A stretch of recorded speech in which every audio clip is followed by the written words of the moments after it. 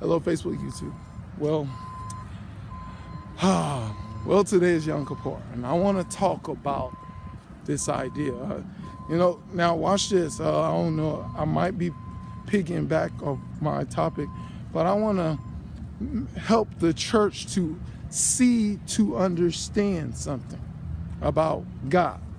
You know what I'm saying? The church. Now watch this. Now on the holiest day of the year, a high priest will enter into the holies of holies. Now, how important it is concerning to be holy.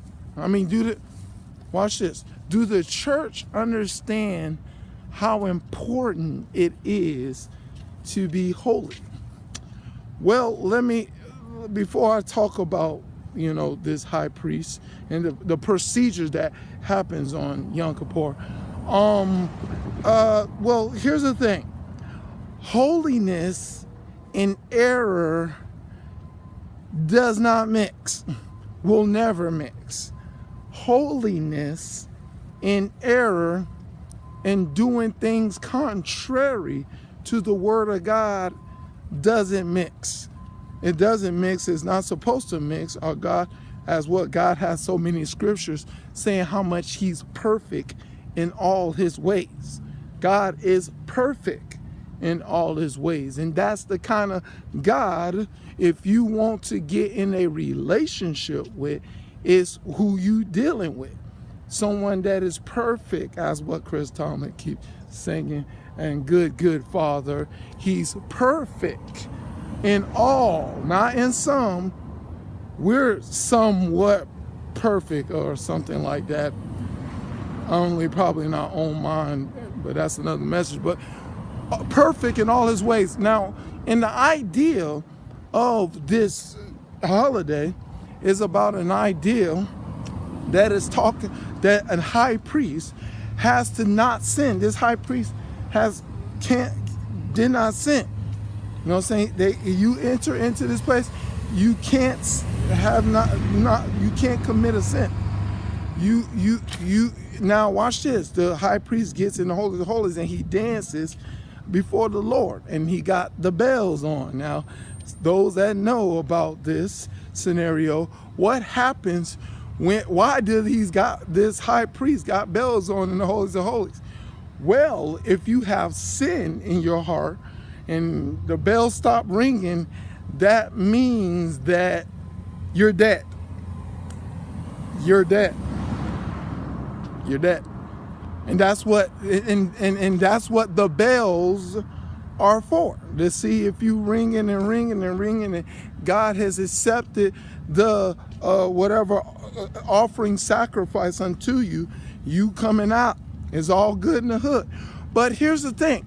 That's how much God takes holiness that serious.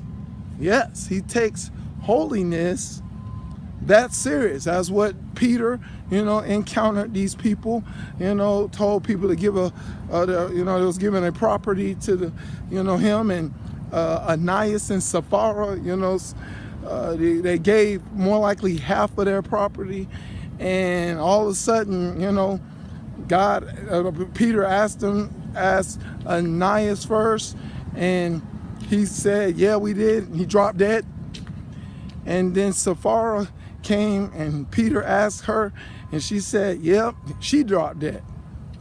Well, that's what holiness that you may not get to understand concerning the influence of how the church system is kind of watering down and, mixing up all kind of contrary stuff of the word of God, or milking it a little bit too much and not enough meat of truth are not given to you. That's what you need to understand about holiness. Holiness is that serious concerning unto God. And if you truly about having a relationship with God, a true relationship with God, you need to respect the ideal of the protocol of aiming and learning to be holy. learning to be more like God in his love, the love that loves his enemies and bless those that curse them and pray for them that spitefully usually. You need to learn about operating in his joy that gives you strength, to give you the ability, the power to do what he said. You need to learn about his peace that passeth all understanding. When confusion, conflict, and chaos is around you, you have peace and you're calm. That is the things that are a part of his holiness and walking by faith and not by sight. That is a part of his holiness. You know what I'm saying? That when you learn to operate these things, and that's how much serious God takes holiness concerning what he's all about. That's how serious. It's that serious. I mean, yeah, are you pondering? They died. You know what I'm saying? The high priest will die. Ananias and Sapphira died from lying. This is what God is, how much he take holiness serious.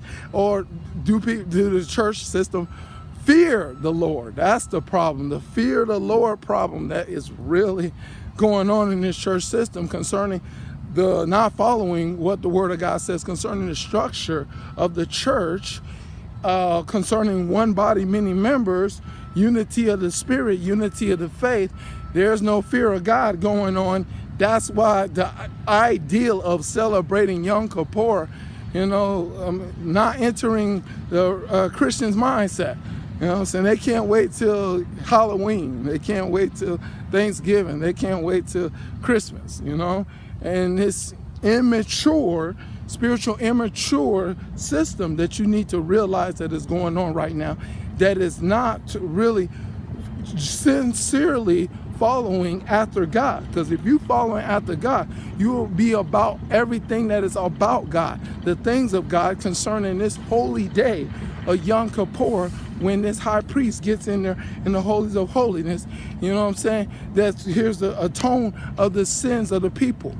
Do you care about the atonement? Do you care about the idea of forgiveness? Do you care about purifying yourself? Do you care about fasting and praying? Do you care about certain things that is concerning of getting closer to having a relationship with God?